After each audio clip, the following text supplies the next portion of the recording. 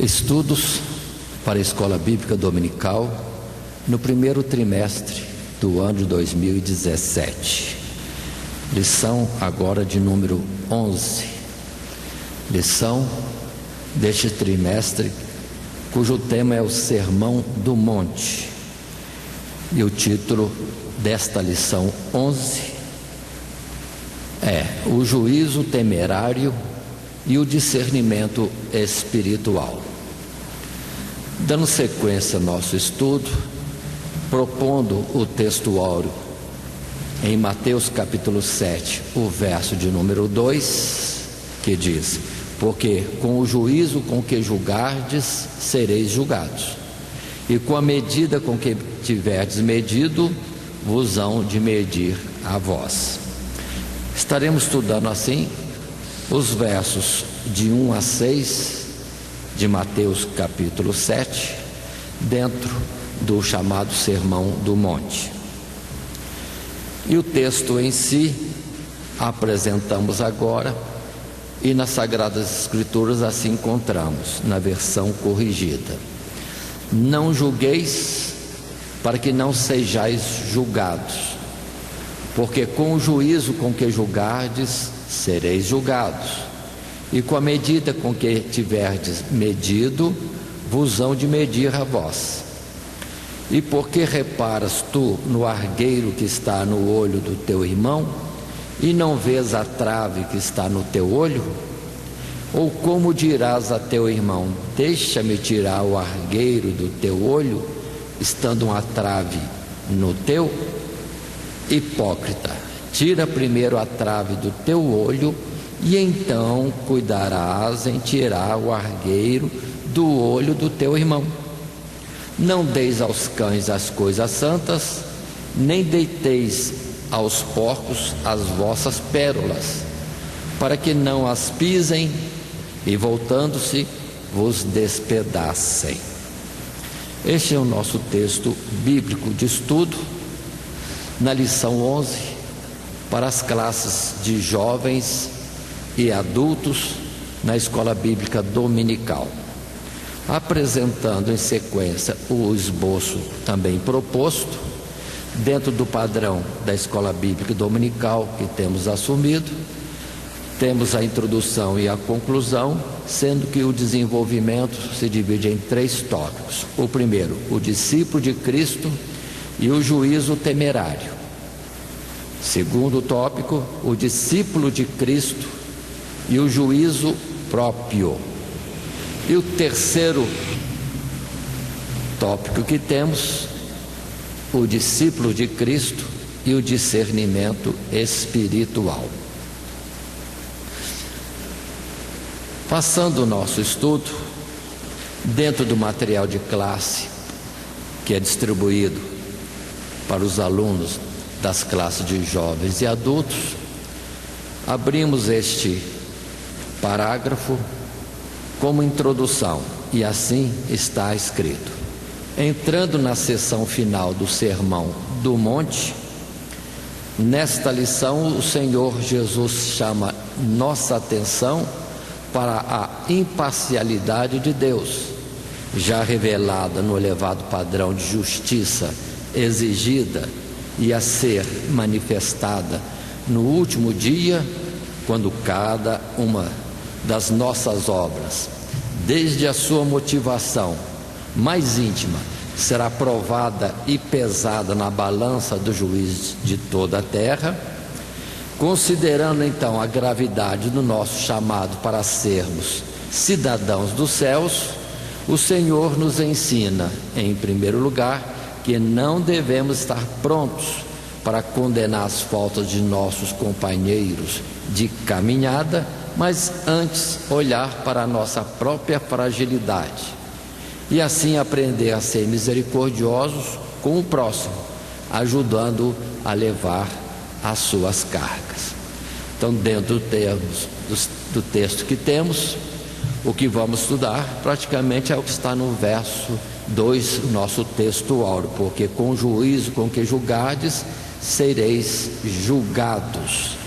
E a palavra que diz para primeiro nós tirarmos a trave que está diante dos nossos olhos, para depois tirarmos o cisco dos olhos do nosso irmão. Passando à frente, dentro do nosso esboço, no primeiro tópico, o discípulo de Cristo e o juízo temerário. No texto proposto, os versos 1 e 2, que releio: não julgueis, para que não sejais julgados, porque com o juízo com que julgardes, sereis julgados, e com a medida com que tiverdes medido, vos hão de medir a vós.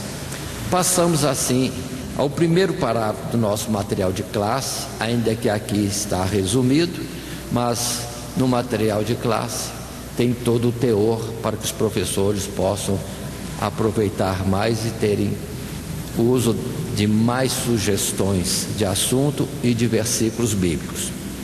Lendo então o primeiro parágrafo, assim dizemos: a passagem que ora estudamos se inicia com uma proibição de nosso Senhor, que, embora categórica, não deve ser entendida de forma absoluta ou textual. A palavra julgar é usada em vários sentidos nas Escrituras, mas aqui se refere a condenar, dar sentença de reprovação contra alguém. Jesus não está proibindo o uso da razão iluminada pela verdade para discernir o bem e o mal e condenar as más obras, e o mesmo ter uma atitude de reprovação para com aqueles que praticam ou que as praticam, pois a igreja foi dada tal autoridade para exercício da disciplina, assim como no que diz respeito às questões seculares, o próprio Deus estabeleceu magistrados para julgar os homens pelos seus crimes. Façamos uma pausa ao que nós estamos considerando inicialmente, dentro da palavra não julgueis, não julgueis. O sentido é que nós não possamos julgar, nós não podemos já reprovar, dar sentença condenatória numa atitude precipitada. Não. O sentido é não fazer isso de forma temerária, olhar os irmãos e julgar.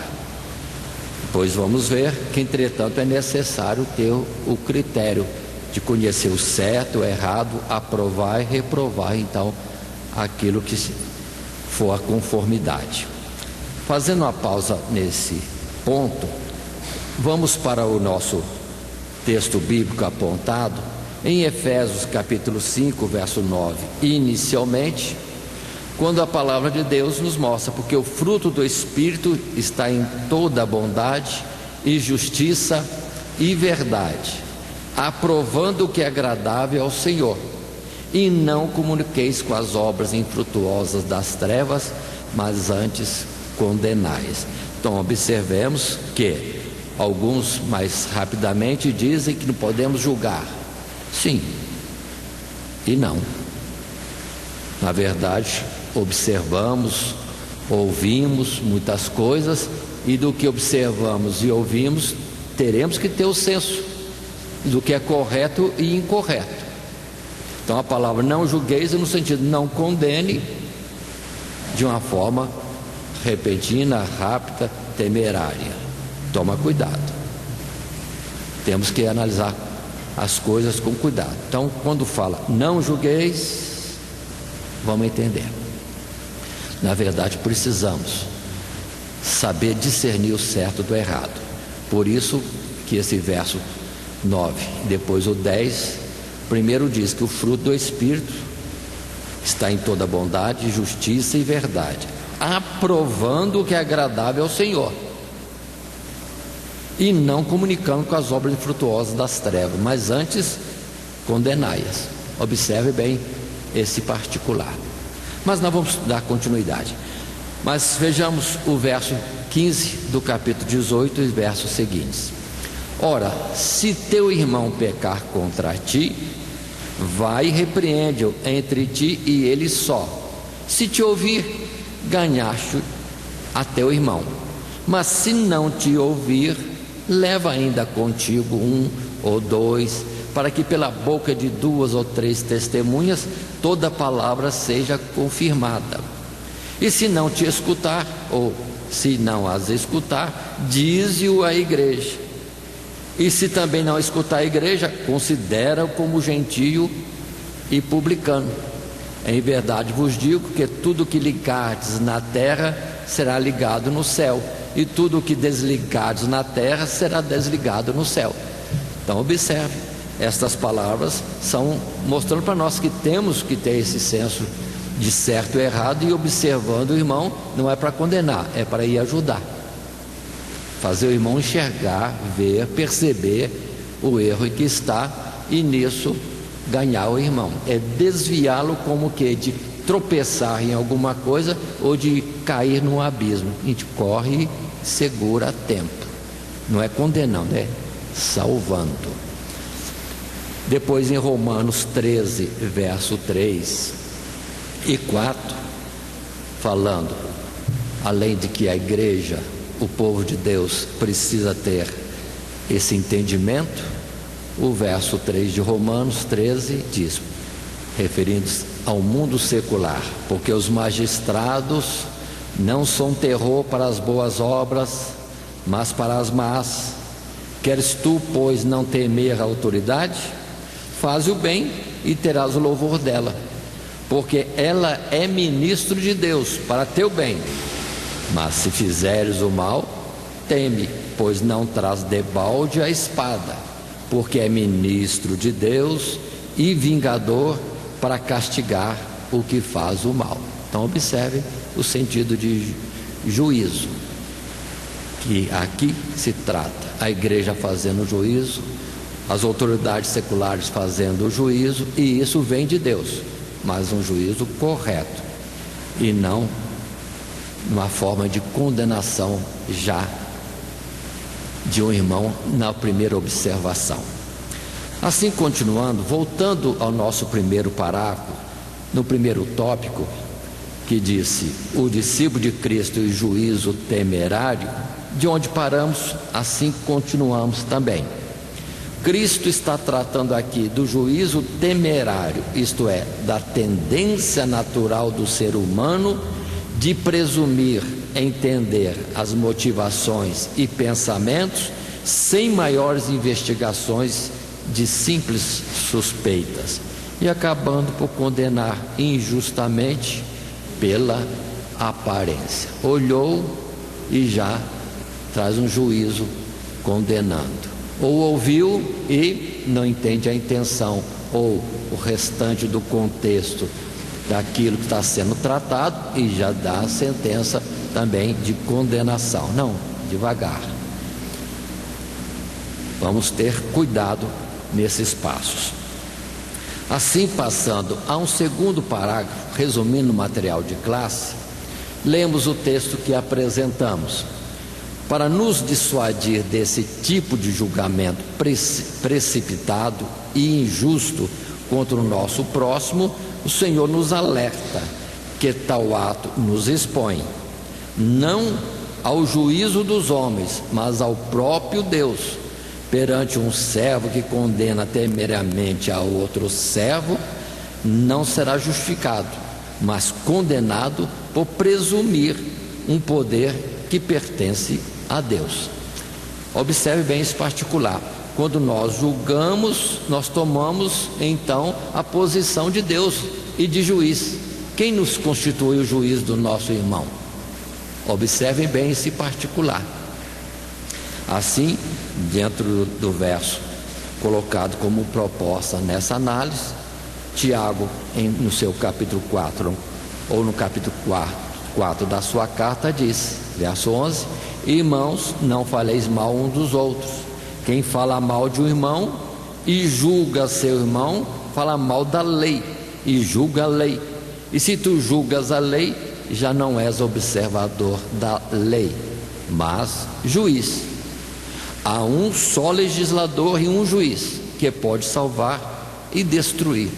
Tu, porém, quem és que julgas a outrem?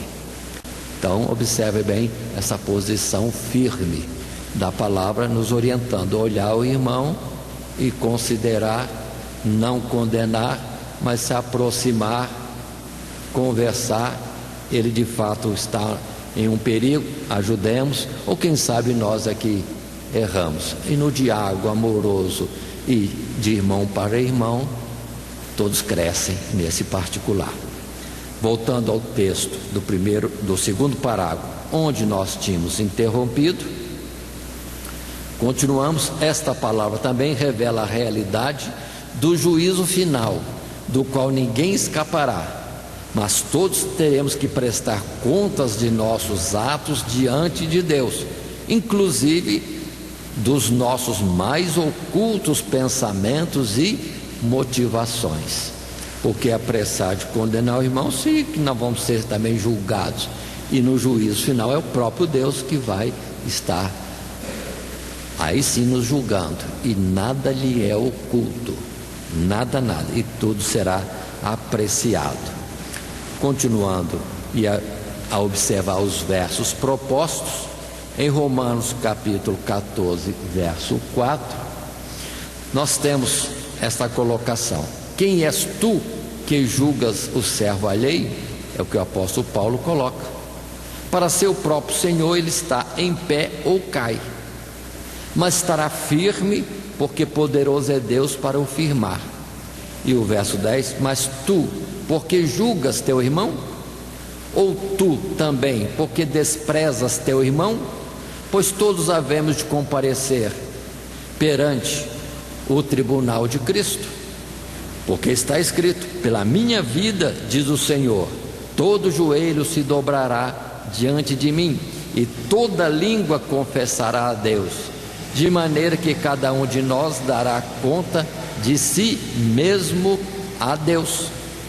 Observe essa colocação feita por Paulo ao escrever aos Romanos, e que é também algo que Jesus ensina naquela parábola do servo incompassivo, o servo sem compaixão. Devia muito ao seu senhor, e o senhor, vendo que ele não podia pagar, perdoou-lhe uma alta dívida. Depois, por sua vez, ele, junto ao seu companheiro, que lhe devia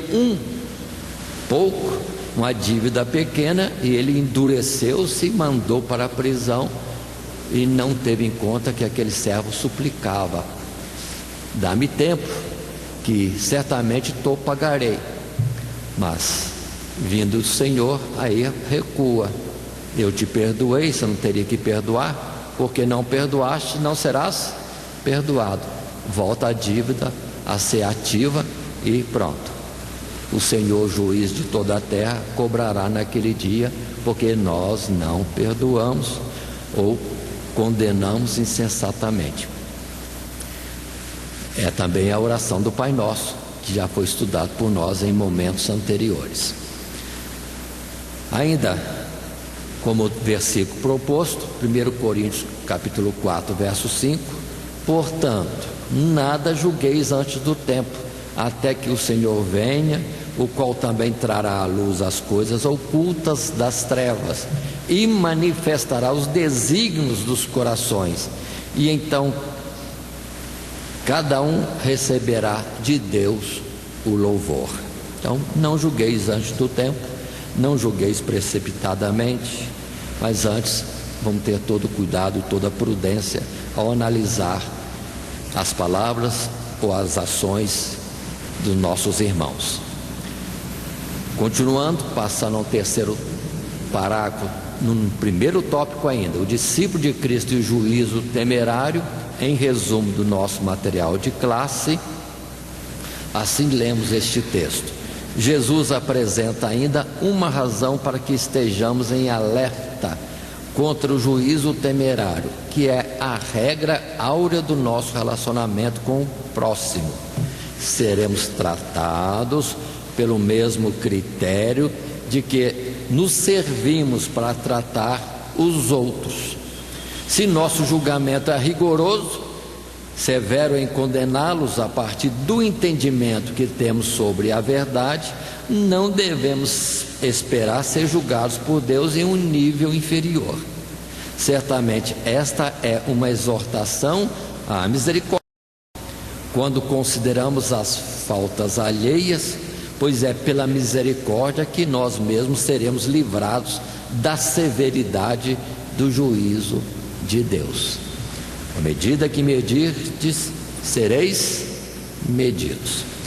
E os versos propostos para nós considerarmos diante das classes está aí em Lucas capítulo 6 e em Tiago 2. Em Lucas, os versos 37 e 38 dizem para nós: não julgueis e não sereis julgados, não condeneis e não sereis condenados, soltai e soltar-vos-ão, dai e ser-vos-á dado, boa medida, recalcada, sacudida e transbordando vos darão, porque com a mesma medida com que medides, também vos medirão de novo.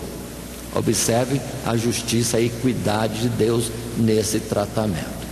Então vamos olhar os irmãos com mais cuidado, mais misericórdia, mais compaixão, mais com zelo pela salvação de suas almas do que o apontar dedo. É muito perigoso. Em Tiago 2, verso 12 e 13: assim falai e assim procedei, como devendo ser julgados pela lei da liberdade, porque o juízo será sem misericórdia sobre aquele que não fez misericórdia, e a misericórdia triunfa sobre o juízo. Observe outra vez, ainda que nas nossas lições do Sermão do Monte trazem sempre algo em referência repetidamente. Observe que em Mateus 25, quando Jesus vai falar do juízo final, ele vai dizer: vinde benditos meu Pai. Por quê? Porque usamos de misericórdia. Vendo o nu, cobrimos; vendo o faminto, alimentamos; e assim coloca aqui: a misericórdia com que usamos para os outros foi o que nos fez agora passar pelo juízo de Deus. Tratamos com misericórdia, seremos tratados com misericórdia também. Caso contrário, se houve rigor, aí também Deus nos julgará com rigor. Continuando e passando em frente na nossa lição, agora no tópico 2, o discípulo de Cristo e o juízo próprio, do verso 3 ao verso 5, é o nosso estudo, é o texto de nosso estudo. E releio, verso 3: e por que reparas tu no argueiro, no cisco que está no olho do teu irmão, e não vês a trave que está no teu olho? Ou como dirás a teu irmão: deixai-me tirar o argueiro do teu olho, estando uma trave no teu? Hipócrita, tira primeiro a trave do teu olho, e então cuidarás em tirar o argueiro do olho do teu irmão. Muito bem, assim passando ao nosso estudo, no tópico 2, ao material de classe, num primeiro parágrafo, apresentamos este texto de orientação, de consideração. Longe de proibir a discriminação quanto ao que é certo e errado, Jesus aponta agora outro aspecto do espírito maligno que leva a esse tipo de julgamento temerário: a hipocrisia. É uma tendência natural do homem decaído investigar a vida do próximo em busca de faltas, quando ele mesmo anda em erro, particularmente em erros piores do que aqueles que julga no outro e dos quais ele mesmo tem consciência. Observe esse particular: hipocrisia, procurar o erro no irmão. Uma vanglória: ele está errado, eu sou melhor.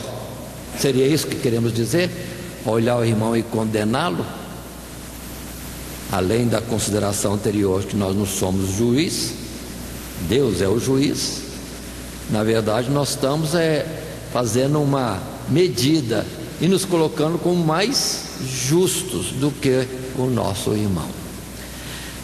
Fazendo uma pausa aqui e vendo o verso de 1 a 4 em Romanos capítulo 2, o texto bíblico apresenta para nós: portanto, és inexcusável quando julgas, ó homem, quem quer que sejas, porque te condenas a ti mesmo naquele em que julgas a outro, pois tu que julgas fazes o mesmo.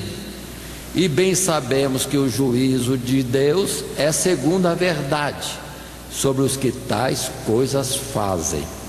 E tu, ó homem, que julgas os que fazem tais coisas, cuidas que, fazendo-as tu, escaparás ao juízo de Deus? Ou desprezas tu as riquezas da sua benignidade e paciência e longanimidade, ignorando que a benignidade de Deus te leva ao arrependimento? Observemos bem este ponto que aí está colocado por nós, ou para nós, na palavra de Deus. És inexcusável quando julgas, te condenas a ti mesmo quando julgas o outro, porque tu fazes o mesmo.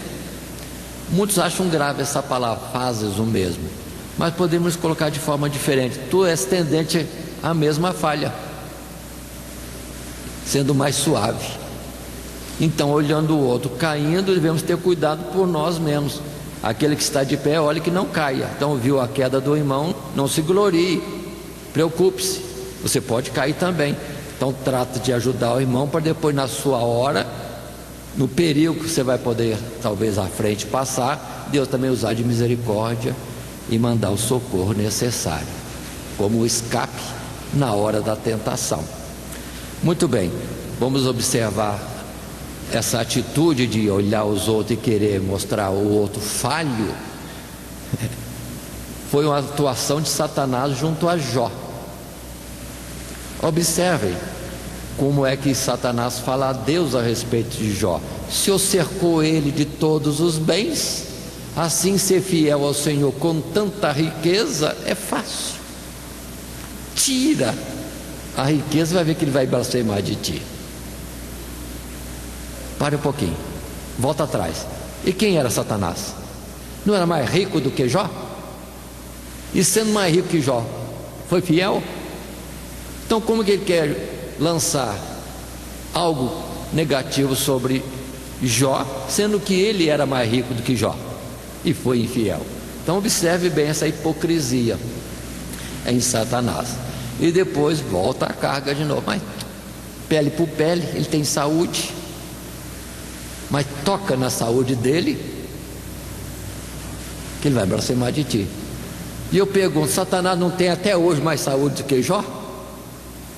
Jó já foi, o pó voltou ao pó. E Satanás, com toda a sua glória, poder e saúde, atravessando milênios, foi infiel e continua adversário de Deus. Então é hipocrisia lançar falta sobre o outro, esquecendo de olhar primeiro para si próprio.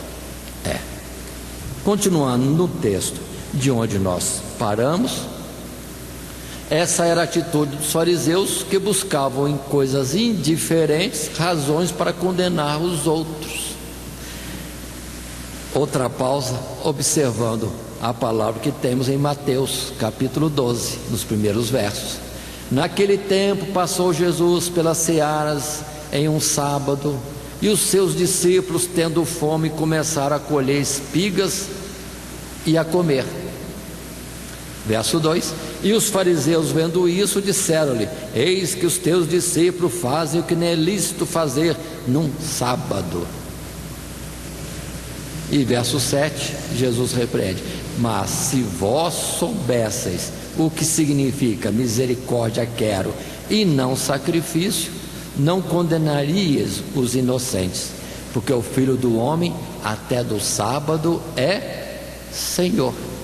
E tem tantas coisas nas Sagradas Escrituras mostrando essa consideração misericordiosa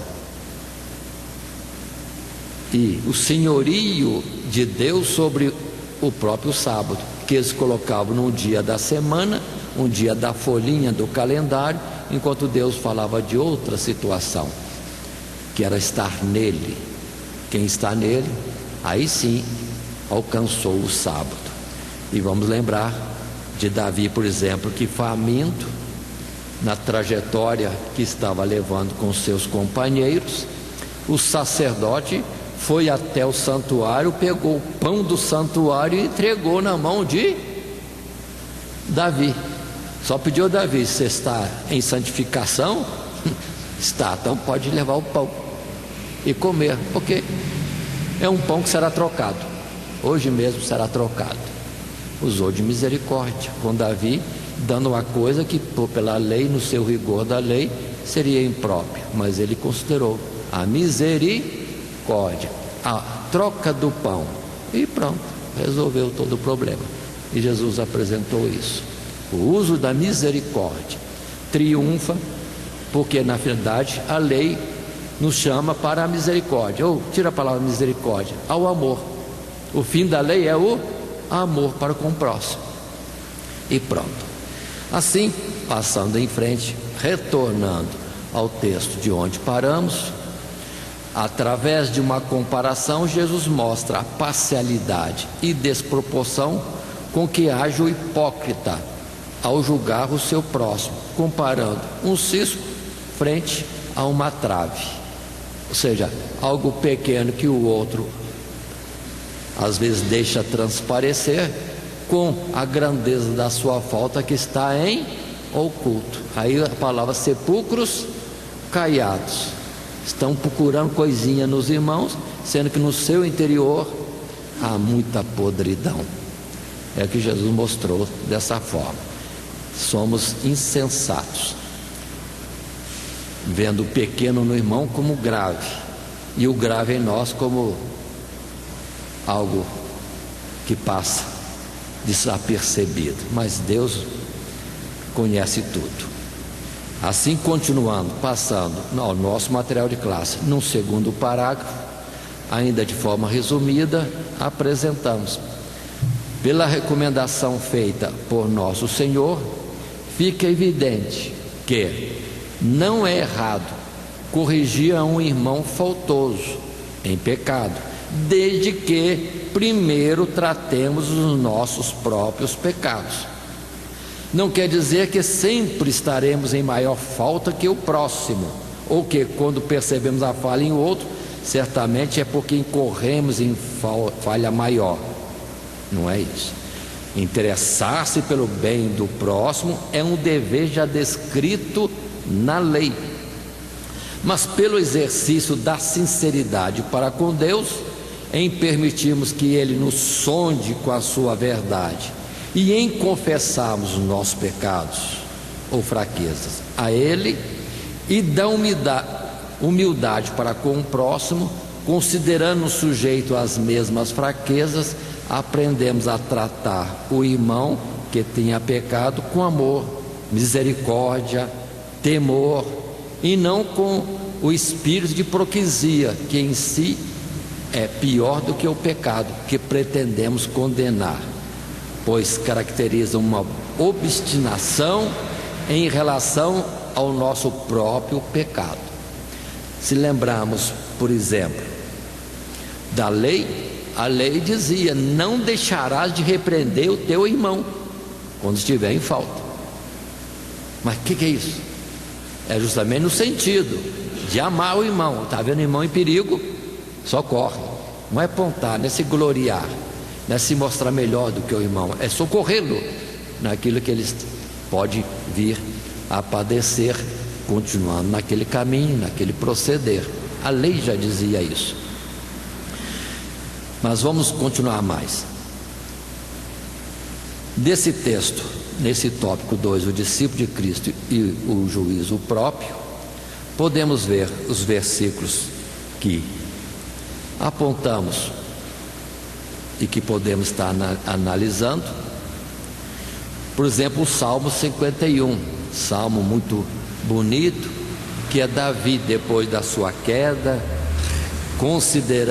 reconsiderando pelo erro que passou ou cometeu, vem então diante de Deus desarmado e dizendo essas palavras, verso 1 de Salmo 51: tem misericórdia de mim, ó Deus, segundo a tua benignidade, apaga as minhas transgressões, segundo a multidão das tuas misericórdias, lava-me completamente da minha iniquidade e purifica-me do meu pecado, porque eu conheço as minhas transgressões e o meu pecado está sempre diante de mim. Observe a confissão, o reconhecimento da própria fraqueza e pedindo a misericórdia de Deus, que deve ser a atitude de todos, cada um para si mesmo. Por isso esse título do tópico 2, o discípulo de Cristo e o juízo próprio, julgando a si mesmo, conforme no próprio ato da ceia, em Coríntios 11, nós temos sempre a leitura tradicional para o ato da ceia. Mas o verso 12 e 13 do Salmo 51 complementa. Aí Davi disse: torna a dar-me a alegria da tua salvação e sustém-me com espírito voluntário. Em destaque, o verso 13: então ensinarei aos transgressores os teus caminhos, e os pecadores a ti se converterão. Observe bem, tendo a experiência da sua fraqueza, o quão ruim é pecar, as consequências do pecado, o salário do pecado é a morte, e Davi, com a experiência de tudo que passou, porque falhou contra Deus, agora arrependido, pedindo misericórdia, ele já se apresenta como aquele que quer ajudar os outros.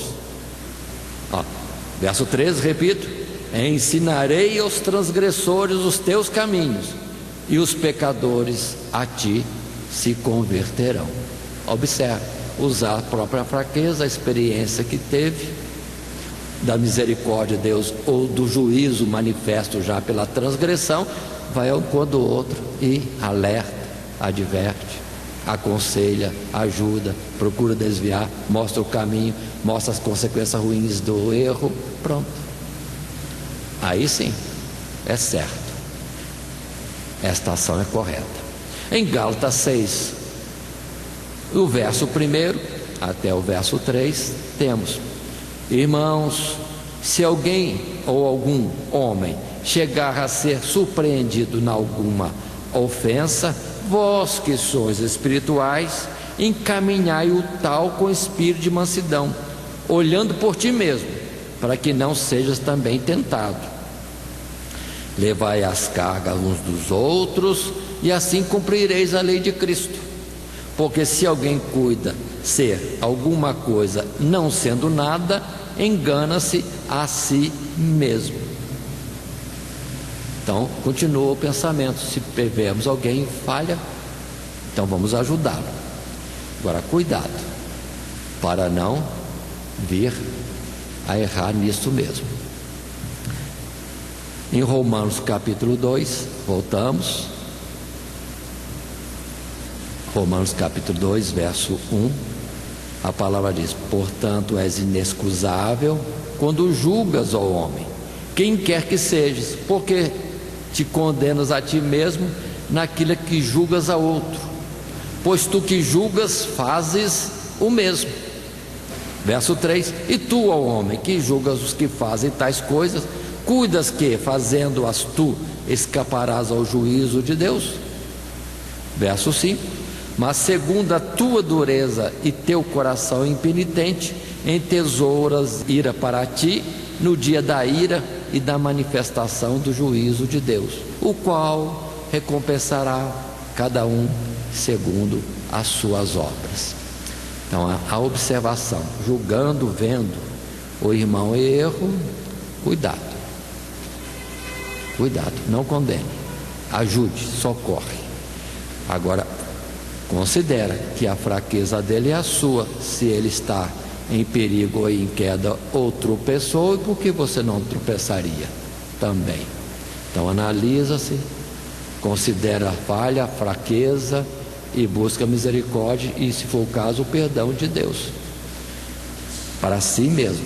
Agora, se endurecer, não está entendendo que Deus nos leva sempre a um propósito de arrependimento.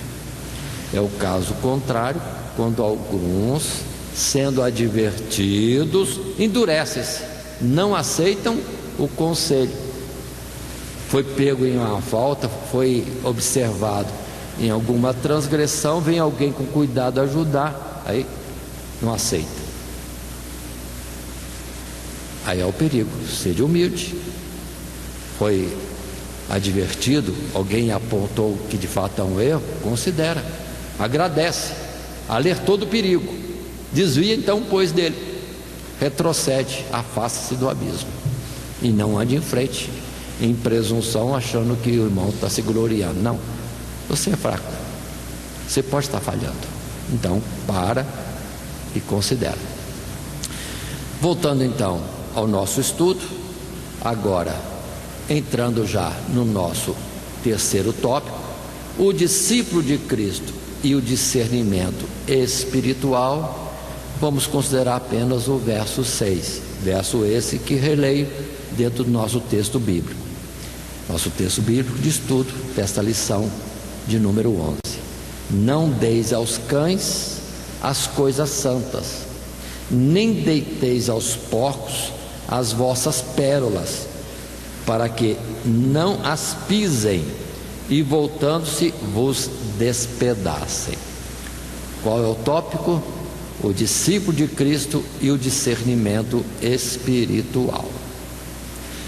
Mais à frente, então, passando ao material de classe, resumindo um primeiro parágrafo, deixamos esta consideração. A comparação feita por Cristo no presente verso está em nítida relação com o ensinamento anterior, e através dela nosso Senhor contrapõe a proibição de julgar temerariamente a necessidade de um discernimento quanto às coisas pertinentes ao reino dos céus, separando o precioso do vil e cuidando para que não sejam tratadas com desprezo por aqueles que não reconhecem o seu valor e excelência. Jesus ensinou antes que os hipócritas se preocupam com as faltas de seu próximo, ignorando ou rejeitando tratar dos seus próprios pecados. Aqui vemos que há pessoas em tais condições que recusarão qualquer forma de cuidado demonstrado para com a sua própria condição, desprezando a verdade e até mesmo usando de violência para com aqueles que demonstrarem interesse pelo seu próprio bem. É o que nós já temos falado, aqui se considera em mais detalhes. Nós temos reis que foram repreendidos por profetas e, em vez de se humilharem diante do profeta, sabendo que era profeta, que era mensageiro de Deus, se irritaram e até perseguiram os profetas que assim os alertavam das suas falhas. Pronto, endureceram. Mas por parte nossa agora a palavra diz: cuidado, não lanceis pérolas aos porcos. Então toma cuidado. No caso do profeta que eu citei, Deus mandou, ainda que o profeta iria padecer, mas era, vamos dizer assim, para se declarar mais pontualmente, mais nitidamente, que aquele rei estava obstinado em fazer as coisas erradas. Ainda que alertado, recusaria o alerta, a oportunidade que Deus dava para o arrependimento. Aí o profeta sofreu. Mas nós, sem uma direção de Deus para ir e depois sofrer alguma consequência, precisamos estar atentos e não ir direto, levar a palavra do Evangelho ou a correção para aquele que necessita de correção, ou orientação para aquele que necessita de uma orientação, sendo que ele mesmo não vai aceitar. Aí a palavra de Deus, as coisas de Deus serão blasfemadas impropriamente. Então cuidado. Mas nesse ponto nós temos uma palavra de provérbio que fala para nós bem fortemente: Provérbios capítulo 9, versos 7 e 8, quando diz: o que repreende o escarnecedor, afronta toma para si, e o que censura o ímpio, recebe a sua mancha. Não repreenda o escarnecedor, para que te não aborreça. Repreende o sábio e amar-te-á. Observe agora as duas colocações, né? Não lança pérolas aos porcos. E aqui a palavra diz: não repreende o escarnecedor, você vai tomar afronta para ti. Não censura o ímpio, você recebe a sua mancha. Então observe que precisamos ter discernimento e orientação do Espírito de Deus para quando de fato fazer ou não. Tendo discernimento, aí sim será falado ou não falado, haverá uma colocação das coisas de Deus ou não. Jesus chegou a dizer: deixa-os, né? Cego guiando cego. E Jesus disse o quê? Corre lá e ajuda? Não, deixa-os, eles querem ser cegos, então deixa cego seguindo cegos. Ou outra palavra que podíamos estar colocando, que Jesus também fala nesse sentido, com respeito àqueles que se endurecem, é deixar ir para o seu caminho. Ou aqueles que usam de engano, deixe-os no seu engano, porque assim como engano, certamente serão enganados, e Deus os abandona um ao outro ao engano. E eles se confundem em si mesmos, porque primeiramente, voltemos, rejeitaram a verdade. E voltando ao assunto que eu disse anteriormente, aquele que é orientado, que alguém vem lhe corrigir, tenha em conta que ele pode estar certo, então humilhe-se, considera se de fato você não está em perigo, em transgressão. Aí você se mostra sábio. Repreende o sábio e amar-te-á. Então observe que lançar pérolas aos porcos abre mais o leque. É falta também de sabedoria a gente fazer isso. Mas consideremos, seremos sábios, estaremos em prudência. Se ouvir alguma coisa, a gente analisar se devemos, ou que bênção, alguém me ajudou a ver o erro e posso recuar. Mas se for louco, continua no caminho e tropeça e cai. Então essas são orientações da palavra. Assim prosseguindo, indo a um parágrafo 2, no terceiro tópico, o discípulo de Cristo e o discernimento espiritual, resumindo o nosso material de classe, nas classes de jovens e adultos da escola bíblica dominical, assim expressamos: em primeiro lugar, aprendemos qual é a natureza do reino dos céus e de tudo aquilo que nos foi dado pela graça de Deus. São coisas santas e preciosas, são pérolas. As coisas de Deus são preciosas, muito preciosas. Devemos entender isso, valorizarmos adequadamente. É um tesouro que achamos.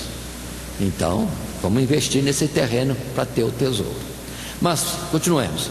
Por último, somos ensinados acerca da natureza de certos homens que, mediante a oferta de um bem tão grandioso e glorioso, se sentirão ofendidos em sua miséria e desprezo, e incitados à atitude insana de rejeitar a verdade e se levantar contra os que pregam a estes. Ele proíbe dar as pérolas a estes. Jesus proíbe dar as pérolas. Continuando, tanto o cão como o porco são animais impuros, desprezíveis segundo a lei, e no contexto do mundo antigo, caracterizado por hábitos impuros. Homens assim não têm parte no reino de Deus. Lembrando de uma palavra de Paulo, ele chegou a dizer: ao ímpio, depois de uma ou duas admoestações, abandona-o Tem muita gente que é o contrário, né? Fica insistindo para pregar o ímpio quando ele está rejeitando, e às vezes até é escarnecido nessa insistência, ou se toma demasiadamente incômodo ao ponto de depois ser afrontado. Precisa ter cuidado. Até quando? Não vamos desistir se o Espírito de Deus não nos proíbe, mas vamos ser sábios e atentos, porque Paulo já diz, depois de 2 demonstrações, Paulo foi muito rigoroso, né? Depois de 2 vezes abandona. E tem gente que fica ano após ano insistindo com alguém levando o evangelho. Se Deus assim o permite, continue, mas tenha a prudência e a sensibilidade do Espírito para saber até quando, porque às vezes Deus diz até quando, sendo que eu já rejeitei. Então há limites. E vendo os versos propostos desse segundo parágrafo no nosso tópico 3, temos Pedro dizendo: deste modo sobreveio-lhes o que por um verdadeiro provérbio se diz: o cão voltou ao seu próprio vômito, a porca lavada ao espojadouro de lama. Então precisamos ter esse discernimento, esse cuidado. Já em Apocalipse 22, o alerta que precisamos ter também: ficarão de fora os cães e os feiticeiros e os que se prostituem e os homicidas e os idólatras e qualquer que ama e comete a mentira. Essa palavra cães sempre é repetida nas Sagradas Escrituras. Tem muitas interpretações, mas dentro de Pedro, ou desse verso apontado e aqui projetado, diz a palavra: deste modo sobreveio-lhes o que por um verdadeiro provérbio se diz: o cão voltou ao seu próprio vômito. Aqueles que já tiveram a experiência do Evangelho e voltam atrás à prática do erro são como cães, são como porcas que voltam à lama. Então, se há outras interpretações, essa é mais objetiva, mais direta. Aqueles que deixam a fé, cuidado, são cães. E tem gente que vai atrás de desviados e insistindo com eles para voltar, como se fosse obrigatório voltar. Nem sempre. João, que é chamado apóstolo do amor, chega a dizer, né? Saíram de nós porque não são de nós. Observe esse particular. E às vezes, insistindo com um desviado, podemos estar insistindo com o cão ou com o porco para sair da lama. Ele não vai se sentir bem no lugar puro e santo que é o reino de Deus. Ele vai logo retornar para a lama de onde ele saiu. Então precisamos ter isso em conta. Não estou colocando como regra geral, estou colocando como observações. Saber quando insistir e quando deixar.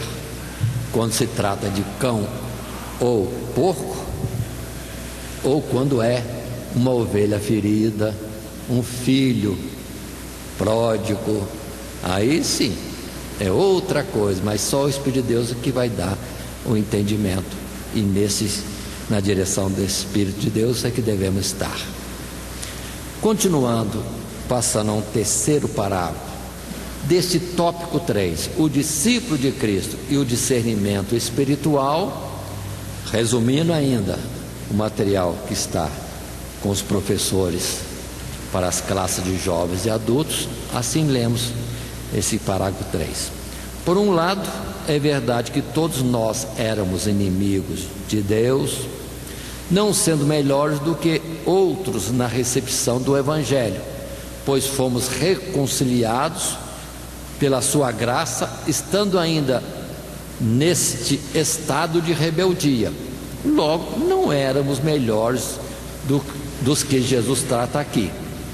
Mas é justamente porque alguns creem e outros não, devemos discernir a operação da graça de Deus no coração daqueles que ouvem, bem como perceber os sinais que caracterizam uma rejeição obstinada à palavra pregada. Observamos que o próprio Jesus falava em parábolas com a multidão, mas aos seus discípulos que dele se aproximavam em busca de entendimento, tudo falava claramente. Aos que fechavam o seu coração e rejeitavam o testemunho de suas obras e palavras, ele recusava multiplicar os sinais. E as maiores demonstrações de seu poder e glória foram feitas em presença dos seus discípulos amados, e não da multidão. O que nós estamos dizendo em suma de tudo isso? Nós não éramos diferentes, transgressores, mas ouvimos o Evangelho. Mas há outros que no mesmo tempo nosso, ou outros que agora vivem da mesma forma que vivíamos antes, mas que não aceitam o Evangelho, continuam no seu erro. Precisamos discernir isso. E Jesus, falando à multidão, sempre falava com reservas, sempre operava também com reservas. Mas entre aqueles que criam, aí os sinais e maravilhas se manifestavam abundantemente. E observe que os diálogos de maior profundidade dos mistérios de Deus ou da revelação de Cristo Jesus foi em particular. Nicodemos, mulher samaritana, pessoas que em particular chegavam interessados a Jesus por uma verdade, uma orientação. Aí Jesus abria o leque, falava largamente e profundamente. Nicodemos, foi aquela palavra: Deus amou o mundo de tal maneira que deu seu Filho unigênito, para que todo aquele que nele crê não pereça, mas tenha a vida eterna. E era um doutor. Agora, para a mulher samaritana, Jesus vai dizer: Deus é espírito, e busca os que o adoram em verdade e em espírito. Aí Jesus ainda fala mais: o Messias sou eu que falo contigo. Liberdade essa que Jesus não usou com ninguém, às vezes nem com seus próprios discípulos. Que dizem vocês que eu sou? Mas para a mulher samaritana, Jesus abriu o coração e disse claramente, sem ocultar nada.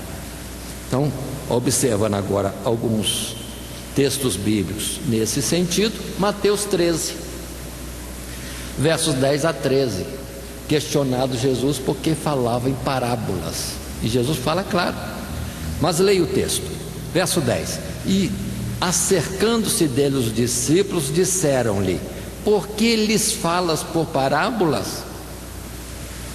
Verso 11: ele, Jesus, respondendo, disse-lhes: porque a vós é dado conhecer os mistérios do reino dos céus, mas a eles não lhes é dado.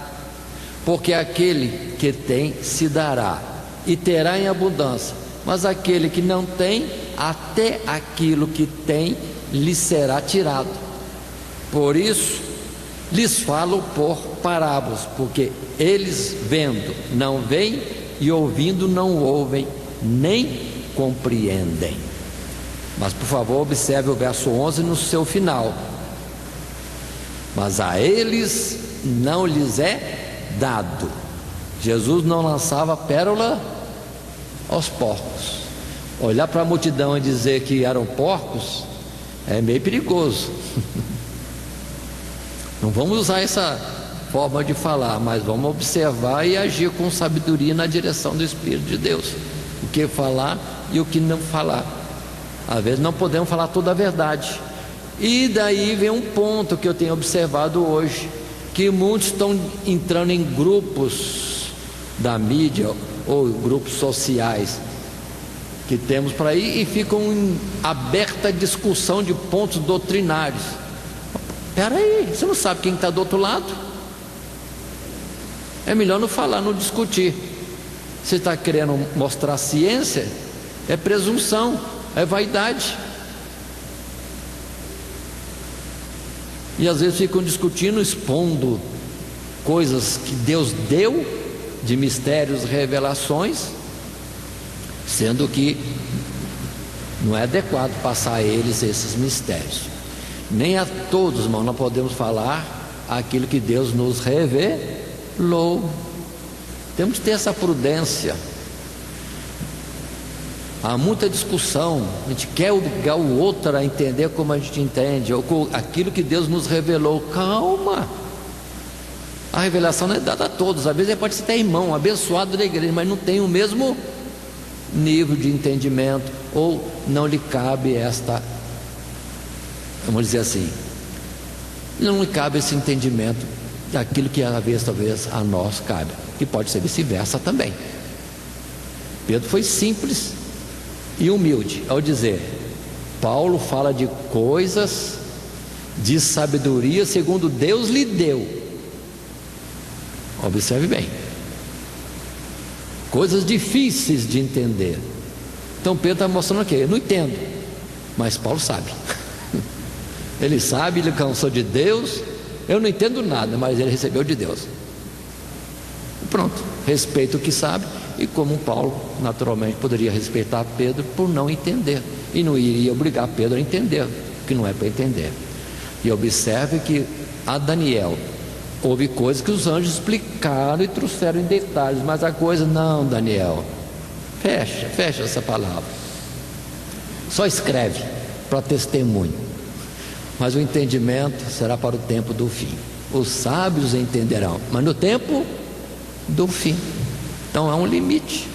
Em Apocalipse, João ouviu coisas tremendas sendo faladas, já ia escrever. O anjo disse: não escrevas isto. Isso não, isso você ouviu. Você pôde ver, você pôde ouvir, mas não escreva. Pronto. Aí que temos que entender. Não lançar pérolas aos porcos, ou voltando, considerando, até irmãos, nem todos vão entender aquilo que Deus pode ter nos revelado. Então, eu tenho mais um exemplo.